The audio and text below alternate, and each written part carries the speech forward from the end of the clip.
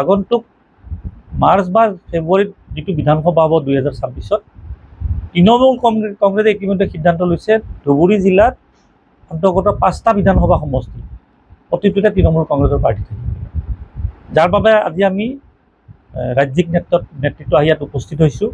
আমাৰ যোগদান কাৰ্যসূচী হ'ব আৰু আমাৰ যিবোৰ দলৰ লগত জড়িত হৈ আছিলে আমি আজি আলোচনা কৰিলোঁ। খুব সোনকালে আমাৰ জিলা কমিটি গঠন হ'ব। জুলাই মাহত আমাৰ ডাঙৰ কাৰ্যনিৰ্বাহক সভাখন ধুবুৰী টাউনত হ'ব। ধুবুৰীত আমাৰ বিশেষকৈ অসুবিধা এইকাৰণে নাহে কাৰণ তৃণমূল কংগ্ৰেছ এটা এনেকুৱা পৰ্যায়ৰ দল, ভাৰতবৰ্ষৰ ভিতৰত সৰ্ববৃহৎ বিধায়ক থকা দ্বিতীয় স্থানত 292 গৰাকী বিধায়ক আছে তৃণমূল কংগ্ৰেছৰ। প্ৰায় 47 গৰাকী ৰাজ্যসভা লোকসভাৰ সাংসদ আছে। আৰু আপোনালোকে গুগলত মাৰি চাব যে ইয়াত 142 গৰাকী সংখ্যালঘু বিধায়ক আছে, 292 গৰাকী 142 আৰু প্ৰায় 10 গৰাকী, এগৰাকী অলপতে মৃত্যু হৈছে, প্ৰায় 9 গৰাকী 8 গৰাকী ৰাজ্যসভা আৰু বিধানসভাৰ সাংসদ আছে। গতিকে আমাৰ দলৰ হাইকমাণ্ড মমতা বেনাৰ্জী ডাঙৰীয়ানীৰ নেতৃত্বত ইয়াত হিন্দু মুছলমান সকলোকে আগুৱাই লৈ গৈছে বাবে 3বাৰৰ বাবে বিজেপিক পশ্চিমবংগত পৰাজয় কৰিব পাৰিছে তৃণমূল কংগ্ৰেছে। ভাৰতবৰ্ষৰ কোনখন ৰাজ্যত তৃণমূল বিজেপিক পৰাজয় কৰিব পাৰিছে কওকচোন, ৰাজ্যত এটা দল কওক ভালদৰে। তৃণমূল কংগ্ৰেছটোতো আমাৰ 3বাৰ, কোনোবা এখন ৰাজ্যত বিজেপিক 3বাৰ কণ্টিনিউ পৰাজয় কৰা দল আছে নেকি? 3বাৰ কণ্টিনিউ, এবাৰ কৰাইছে বেলেগ কথা, 2বাৰ কৰে, 3বাৰটো কৰোৱা নাই। আৰু এইবাৰ 4বাৰ হ'ব। আৰু পশ্চিমবংগ আৰু যিহেতু অসমত নিৰ্বাচন একেলগেই হ'ব, পশ্চিমবংগৰ বঁটাটো ধুবুৰীত নিশ্চয় আহিব কাৰণ সীমাতে আছে। আমাক বঁটাটোহে লাগে, ৰাইজটো টিএমচি কৰি আছে।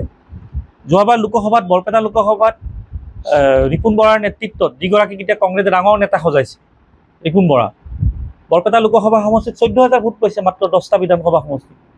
আৰু মোক যেতিয়াবা দলে দায়িত্ব দিলে, অসমৰ দায়িত্বৰ কথা কোৱা নাই যে অন্ততঃ 16খন জিলাৰ নামনি অসমৰ, মোক দায়িত্ব দিয়াৰ লগে লগে মই 6 মাহ হৈছে যোগদান কৰা, এই 14,000 ভোট 45,000 হৈছে মাত্ৰ 4টা সমষ্টি। গতিকে এতিয়া ৰিপুণ বৰাক যি কংগ্ৰেছ দলে ডাঙৰ নেতা সজাই আকৌ যোগদান কৰাইছে, তেওঁৰ নেতৃত্বত তৃণমূল শক্তিশালী হৈছিল নে মোৰ আৰু তৰিক চেদাৰ্জীৰ নেতৃত্বত ধুবুৰী শক্তিশালী হৈছিল বা বৰপেটা লোকসভা শক্তি? সেইটো আপোনালোকে ভোটৰ জৰিয়তে ডাঙৰ কথা প্ৰত্যেক নেতাই ক'ব। কংগ্ৰেছেতো ডাঙৰ কথা কোৱাত এক্সপাৰ্ট। আমাৰ যুদ্ধ হ'ব ইয়াতে বিজেপি এজিপিৰ লগত। ইয়াত UDF নিশেষ হৈছে। কংগ্ৰেছৰ মাজত ভয়ংকৰ বিসম্বাদ হ'ব। 10-12 গৰাকী কেণ্ডিডেট ইতিমধ্যে ৰকিবুল হুছেইনে 3-4 গৰাকীৰ পৰা কোটি কোটি টকা লোৱা আৰম্ভ কৰিছে। মই নক'লে আপোনালোকে নিউজ কৰিছিলে, মহিলাই কান্দি কান্দি কৈছে যে মোৰ পৰা টকা লৈছে 16 লাখ আৰু বেলেগৰ পৰা টকা লৈছে 20 লাখ, কোনে লৈছে বোলে ৰকিবুল হুছেইনে। এইবিলাক কংগ্ৰেছ দলটো এই চান্দা তুলি টিকটৰ পইচা বিক্ৰী কৰি খাই আছে বাবে দলটোৰ অস্তিত্ব নাই। আৰু এতিয়া মই শুনিছোঁ যে যিবোৰ সংখ্যালঘু সমষ্টি ধুবুৰী জিলাৰ বা ধুবুৰী লোকসভাৰ 11টা আছেতো, প্ৰত্যেক সমষ্টিৰ পৰাই ৰকিবুল হুছেইনে 2 কোটি 3 কোটি তেওঁ লোকসভাত এডভান্স উঠাইছে দলীয় প্ৰাৰ্থী দিম বুলি। এতিয়া কাক প্ৰাৰ্থী দিবতো ঠিক নাই। প্ৰাৰ্থীটো এগৰাকী পাব, টকা লৈছে 3 গৰাকীয়ে। এইটো মই অভিযোগ দি থকা নাই, এইটো কংগ্ৰেছ কৰ্মী অভিযোগ দি আছে। গতিকে তাতে যেতিয়া বিসম্বাদ হ'ব, আমি সেই বিসম্বাদ ধৰি আনি কেনে TMCত যোগদান কৰিম যে আমাক সহায় কৰক। আমি সহায়হে বিচাৰিম, তেওঁকতো আমি প্ৰাৰ্থিত্ব দিম বুলি যোগদান নকৰোঁ। কাৰণ আমাৰ প্ৰাৰ্থী আমাৰ 1-2 মাহৰ ভিতৰত আমি চূড়ান্তই কৰিম 5টা সমষ্টিৰ প্ৰাৰ্থিত্ব। একেবাৰে ধুবুৰী জিলা দ্বিতীয়ৰ পৰা ৱাজেদ আলী চৌধুৰী হাৰিব আজি আপোনালোকক কৈ গ'লো। তেওঁ খেলক বা তেওঁৰ পুত্ৰ খেলক, বেলেগ সমষ্টিৰ কি হ'ব কি নহ'ব আপোনালোকে গম পাব। ৱাজেদ আলী চৌধুৰী নিশ্চিতভাৱে হাৰিব। ইয়াতে অহাই নাই, ইয়াত আহিছে কংগ্ৰেছৰ কথা। ইয়াত যিহেতু 10 লাখ ভোটত জয়লাভ কৰাৰ পিছত 6 মাহত তেখেতক পিটন দিয়া আৰম্ভ কৰিছে, খেদা আৰম্ভ কৰিছে। তেতিয়া আৰু আমি ৰাইজৰ আৱেগটো বুজি পাইছোঁ। কেৱল যাতে কংগ্ৰেছে ভোটটো বিভাজন কৰি নষ্ট কৰিব নোৱাৰে, নষ্ট কৰিলে যাতে বিজেপি এজিপিৰ প্ৰাৰ্থী জয়লাভ কৰিব নোৱাৰে, আমি সেইটোৰ ওপৰত নজৰ দিব লাগিব। ৰকিবুল হুছেইনৰ বিৰুদ্ধে নহয়, ইয়াত কংগ্ৰেছত ভয়ংকৰ বিসম্বাদ হ'ব। এটা সমষ্টিত 6-7 গৰাকীকৈ প্ৰাৰ্থী পাবতো এজনেই। ডাঙৰ এখন ভয়ংকৰ বেপাৰ হ'ব আৰু বেপাৰৰ 1 নং স্থান দখল কৰিব ধুবুৰী জিলাখনে, ধুবুৰী লোকসভাই। আপোনালোকে আজি যোগদানটোত গম পাব। তৃণমূল কংগ্ৰেছৰ সংগঠন আমি আগতেও কৰিছিলোঁ। মই নাথাকোঁতো তৃণমূল ইয়াত আমাৰ সাংসদ খেলোঁতে প্ৰায় 50,000 ওচৰত ভোট পাইছিলে। মমতা বেনাৰ্জী ডাঙৰীয়ানী আহি ইয়াত সভা কৰিছিলে, তেতিয়া মই TMCত নাছিলোঁ। গতিকে সংগঠন আছে কাৰণে 50,000 ভোট পাইছে। 50,000 ভোটটো কম ভোট নহয়। আমি আগন্তুক লোকসভালৈ পৰিকল্পনা কৰিছোঁ। বিধানসভাটো 6 মাহ পিছত। আমাৰ বিধানসভাত যেতিয়া কংগ্ৰেছ তৃতীয় স্থানত থাকিব, কংগ্ৰেছ দল ভাল, মই কংগ্ৰেছৰ বিৰুদ্ধে ক'ব খোজা নাই, কিন্তু কংগ্ৰেছৰ ভিতৰত যিটো খোৱা কামোৰা, পাৰিলে আপোনাক হত্যা কৰি দিব, এই ধৰণৰ বিসম্বাদ হয়। তাত চিট টিট লৈ কথা নাই, কেৱল নিজৰ সমষ্টিত টকা উঠাব লাগে, নিজৰ সমষ্টিবিলাক বিক্ৰী কৰিব লাগে, 2-4 গৰাকীৰ পৰা কোটি কোটি টকা সংগ্ৰহ কৰি বিসম্বাদ কৰিব লাগে। আমি সেইটো সুযোগে ল'ব লাগে। তাত আমাৰতো নিজা সংগঠন আছে। পশ্চিম বংগ আৰু অসমত একেলগে নিৰ্বাচন হয়। তেতিয়া যিহেতু বিজেপিক চতুৰ্থবাৰৰ কাৰণে পৰাজয় কৰিব পশ্চিমবংগত, গতিকে তাৰে নেতা মন্ত্ৰীসকল বা মুখ্যমন্ত্ৰীয়ে হওক বা দলীয় যিবোৰ শীৰ্ষ নেতা সাংসদ যিয়ে নহওক, তেখেতসকলো ব্যস্ত হৈ থাকিব। কিন্তু তাৰে 3 মাহৰ পৰা আপোনালোকে দেখিবলৈ পাব যে TMCৰ ডাঙৰ ডাঙৰ নেতা নেত্ৰী, সাংসদ, মন্ত্ৰী, বিধায়ক অসম ভ্ৰমণ কৰিছে, আৰু অসম ভ্ৰমণত ধুবুৰী কিন্তু ইনক্লুড হৈ থাকিব। প্ৰথম চইচ কিন্তু ধুবুৰী, কাৰণ কোচবিহাৰৰ হওক বা আমাৰ বক্সিহাটৰ পৰা হওক আহিলে ইয়াত 1.5-2 ঘণ্টা লাগে, গুৱাহাটীৰ পৰা আহিলে 7 ঘণ্টা লাগে। গতিকে ধুবুৰী আমাৰ একদম প্ৰথম স্থানত থাকিব, যাৰ বাবে আজি আমি আহি ইয়াত পৰিকল্পনা কৰিছোঁ। আৰু সমন্বয় নৰখোঁ। আমি কংগ্ৰেছৰ টিকেট যে নমিনেশ্যনৰ আগদিনালৈ ৰখি থাকি আমি TMC এইটো নকৰোঁ। আমি 2 মাহৰ ভিতৰত গোটেই চালি জাৰি চাই আমি আমাৰ জিলা কমিটি থাকিব, আমাৰ কেন্দ্ৰীয় নেতৃত্ব থাকিব, আমাৰ ৰাজ্যিক নেতৃত্ব থাকিব। আমি সকলোৰে লগত আলোচনা কৰি প্ৰাৰ্থীগৰাকীকতো সময় দিব লাগিব। হঠাৎতো এইটো কংগ্ৰেছ দল নহয় ন, নিৰ্বাচনৰ আগদিনা নমিনেশ্যন দিলে। আৰু কংগ্ৰেছত কেতিয়াবা এনেকুৱা নমিনেশ্যন দিব গৈ আছে, ৰাস্তাত বোলে চেঞ্জ হৈ গ'ল, বেলেগে বোলে মনোনয়ন পত্ৰ দি দিলে। সেইটো আমি TMC নকৰোঁ। হৈছে তেখেত, মই ভাবোঁ ৰাজনীতিটো বাদ দিয়ে আৰু তেখেতে ধুবুৰীৰ ৰাজনীতিটো বাদ দিয়ে অলপ এতিয়া ৰেষ্ট লওক। তেওঁ লেতেৰা ৰাজনীতিত থাকিব নালাগে, মৌলানা মানুহ। আমিও বিচাৰোঁ মৌলানা এজনক আপোনালোকে ধুবুৰীৰ পৰা যেতিয়া 10 লাখ ভোটত পৰাজয় কৰিছে ৰাইজে, তেওঁ সিদ্ধান্ত বুজি পাব লাগে তেওঁ ৰাজনীতিত গ্ৰহণ কৰা নাই। গতিকে তেওঁৰ বিৰুদ্ধে মোৰ ক'ব ইচ্ছা নাই, কাৰণ যিটো দলৰ অস্তিত্ব নাইকিয়া হৈ গৈছে দিনক দিনে, 10 লাখ ভোটত পৰাজয় কৰিছিল তেখেতক, আৰু তেখেতৰ কথা ধুবুৰীত পাতি লাভ নাই। সেই 10 লাখটোতো আৰু ঘূৰি নাহে। কিন্তু আমাৰ ভাল লাগি আছে, সেই 10 লাখ ভোট যেতিয়া কংগ্ৰেছক দিছিলে, ৰাইজে ভুল হৈছে বুলি আজিৰ তাৰিখত মুকলিকৈ সংবাদ মাধ্যমত কৈ আছে। আপোনালোকেচোন যেতিয়া ৰকিবুল হুছেইনৰ বাতৰি কৰিব যায়, আপোনালোকে কয়চোন যে আপোনালোকে কেৱল 10 লাখ বুলি কিয় কৈ আছে? মই ভাৰতবৰ্ষৰ ভিতৰত বোলে আটাইতকৈ 10 লাখ বেছি ভোট পাইছোঁ, আপোনালোকে সেইটো কওক। আপোনালোকে কয় মই বহুতবাৰ দেখিছোঁ, তেওঁ বোলে গিনিজ বুকত তেওঁৰ নামটো অন্তৰ্ভুক্ত কৰিব লাগে বুলি কৈছে। পিছত ৰাহুল গান্ধী গম পাই ধমক দিয়াৰ পিছত বন্ধ কৰিলে। 10 লাখত জিকাৰ কাৰণে, কাৰণ ৰাহুল গান্ধীটো 10 লাখত জিকা নাই। ৰকিবুল হুছেইনে গিনিজ বুকত এপ্লাই কৰিছিলে, এইটো লিমকা এটা এৱাৰ্ড থাকে ন গিনিজ বুকত, যে মোৰ নামটো আহিব লাগে ভাৰতৰ ভিতৰত সৰ্ববৃহৎ 10 লাখ ভোটত মই জিকিছোঁ কেৱল। পিছত এই কথা কংগ্ৰেছৰ নেতৃত্বই যে ৰাহুল গান্ধীক জনালে যে গিনিজ বুকত নাম অন্তৰ্ভুক্ত কৰিব দিছে, এইটো বেয়া হ'ব, কাৰণ আপুনিতো 10 লাখ ভোটত জিকা নাই। তেতিয়া তেখেতক ধমক দিয়াৰ কাৰণে তেওঁ অন্তৰ্ভুক্ত তেওঁ সেইটো প্ৰক্ৰিয়া আৰু আগ নবঢ়ালে। আৰু আগ নবঢ়ালে কিয়? তেখেতৰো দালালিটো চলি আছে, টিকটৰ নামততো টকা সংগ্ৰহ কৰি আছে ৰকিবুল হুছেইনে। আপোনালোকে কওকচোন কৰিছেনে নাই? মহিলাগৰাকীটো এনেই কান্দি নকয়। এতিয়া মই ক'লে ক'ব যে দুলু আহমেদে মোক বেয়া পায় বুলি কৈছে, দুলু আহমেদৰ কথাত উত্তৰ নিদিওঁ। উত্তৰ দিব নালাগে।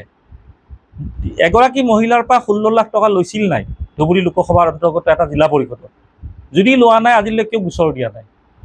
যদি লৈছিলা কিয় আজিলৈ সংবাদ মাধ্যমত পোৱা নাই? আপোনালোকে সুধিছিলে যে মহিলাৰ পৰা আপোনালোকে প্ৰাৰ্থিত্বৰ নামত টকা লৈছিলে?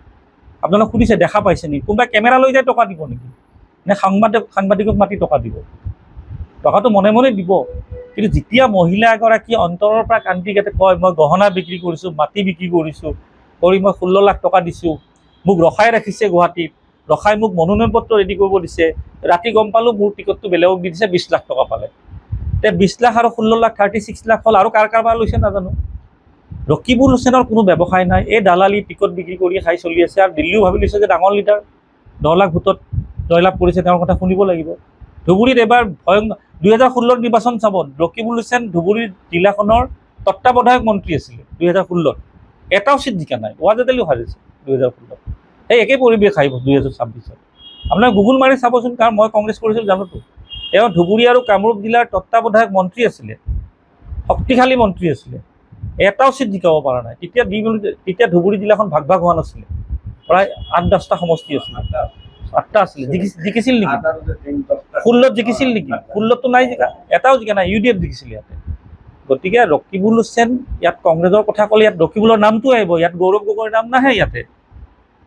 ইয়াত কংগ্ৰেছ বুলি ক'লে যিহেতু 10টা সমষ্টিত 10 লাখ ভোট পাইছে বেছিকৈ, তেওঁৰ কথাই ক'ব লাগিব। আৰু তেওঁৰ দালালি অসমৰ ৰাইজে দেখিছে। মই আকৌ কৈছোঁ, ৰকিবুল হুছেইনৰ কোনো ব্যৱসায় নাই। তেওঁ ৰাজনৈতিক দালাল হয়, টিকট বিক্ৰী কৰি আছে, বিজেপিক সহায় কৰি আছে, জেল যোৱাৰ ভয়ত তেখেতৰ গোচৰবিলাকৰ পৰা হাত সাৰিবলৈ তেখেতে মুখ্যমন্ত্ৰীৰ লগত মিলি আছে। এই কথা লাহে লাহে গম পাইছে বুলি ধুবুৰীবাসী ৰাইজে তেওঁক খেদা আৰম্ভ কৰিছে, পিটন দিয়া আৰম্ভ কৰিছে, নিজৰ সমষ্টিত মাৰ খাইছে ৰকিবুল হুছেইনে, চামগুৰিত বগৰে বগৰে মাৰিছে। আমি ইমান বছৰ ৰাজনীতি কৰিলোঁ, বিধায়ক হোৱা নাই, সাংসদ হোৱা নাই, কিন্তু আমি মাৰ খোৱা নাই ক'তো। আমাৰ গাড়ীত আজিলৈ শিল মাৰিব পৰা নাই। মান খাব বিধানসভালৈ, এই ধুবুৰী লোকসভাত 7 বাৰমান তেখেতক পিটন দিব ধুবুৰীবাসী ৰাইজে, আমি চাই থাকক। ইয়াত বানপানী হ'ল, নাই অহা, উচ্ছেদ হ'ল, নাই অহা। ক'ত কেৰম বৰ্ড খেলাৰ কথা ক'ব যায় তেখেতে, মানে কেৰম বৰ্ডৰ অভিজ্ঞতা আছে, কাৰণ ৰাস্তাই ঘাটে 10-20 টকাত কেৰম বৰ্ড খেলা মানুহ কি কথা ক'ব, সেইটোৱে ক'ব। ধুবুৰী জিলাখন তৃণমূল কংগ্ৰেছৰ বাবে এইকাৰণে গুৰুত্বপূৰ্ণ, কাৰণ আমাৰ পশ্চিমবংগত যিখন চৰকাৰ চলি আছে, ঠিক সীমাতে আমাৰ পশ্চিমবংগত একফালে TMC চৰকাৰ আৰু লগত ধুবুৰী। গতিকে ধুবুৰী জিলাখনৰ লোকসভাৰ অন্তৰ্গত যি 11টা সমষ্টি, প্ৰতিটো সমষ্টিতে TMCৰ কেৱল আমি আহিছোঁ বুলি যে TMC কৰিছে তেনেকুৱা নহয়। আগতো ইয়াত সংগঠন আছিলে, আগতো ইয়াত আমাৰ লোকসভাত প্ৰতিদ্বন্দ্বিতা কৰিছিলে। আৰু আজি মই আপোনালোকক দলৰ এটা সিদ্ধান্ত ক'ব পাৰোঁ যে ধুবুৰী জিলাত অন্ততঃ 5টা বিধানসভা সমষ্টিত আগন্তুক বিধানসভা নিৰ্বাচনত তৃণমূল কংগ্ৰেছৰ প্ৰাৰ্থী থাকিব। আৰু আজি আমাৰ ডাঙৰ যোগদান কাৰ্যসূচী আছে বিলাচীপাৰাত, তাত UDF, আম আদমি পাৰ্টি, কংগ্ৰেছৰ বহু মানুহ যোগদান কৰিব, আপোনালোকে পাব নিউজটো। ধুবুৰীৰ ৰাজনৈতিক প্ৰেক্ষাপটটো এনেকুৱা যে প্ৰতি 5 বছৰৰ মূৰে মূৰে লোকসভাই হওক বা বিধানসভাই হওক, কেতিয়াবা ধুবুৰীবাসী ৰাইজক বদৰুদ্দিন আজমলে ঠগাইছে, কেতিয়াবা কংগ্ৰেছে ঠগাইছে। কাৰণ বদৰুদ্দিনে ঠগাইছে, যাৰ বাবে 10 লাখ ভোটত বদৰুদ্দিন পৰাজয় হৈছে, আৰু ৰকিবুল হুছেইনে ঠগাইছে, যাৰ বাবে ৰকিবুল হুছেইনক সেইদিনাখন গাড়ী চাড়ী ভাঙি দিছে, মাৰপিট কৰিছে, খেদিছে। গতিকে ধুবুৰীবাসী ৰাইজে বিকল্প পোৱা নাছিলে। গতিকে আমি এতিয়া UDF আৰু বিকল্প, ইয়াত UDF আৰু কংগ্ৰেছৰ বিকল্প হিচাপে আমি সংগঠন কৰিম। আৰু ইয়াততো AGP BJPৰ কথা নাই, 90% চিটত মই আকৌ কৈছোঁ, হয় কেতিয়াবা কংগ্ৰেছ আছিল, নহয় কেতিয়াবা UDF আছিলে।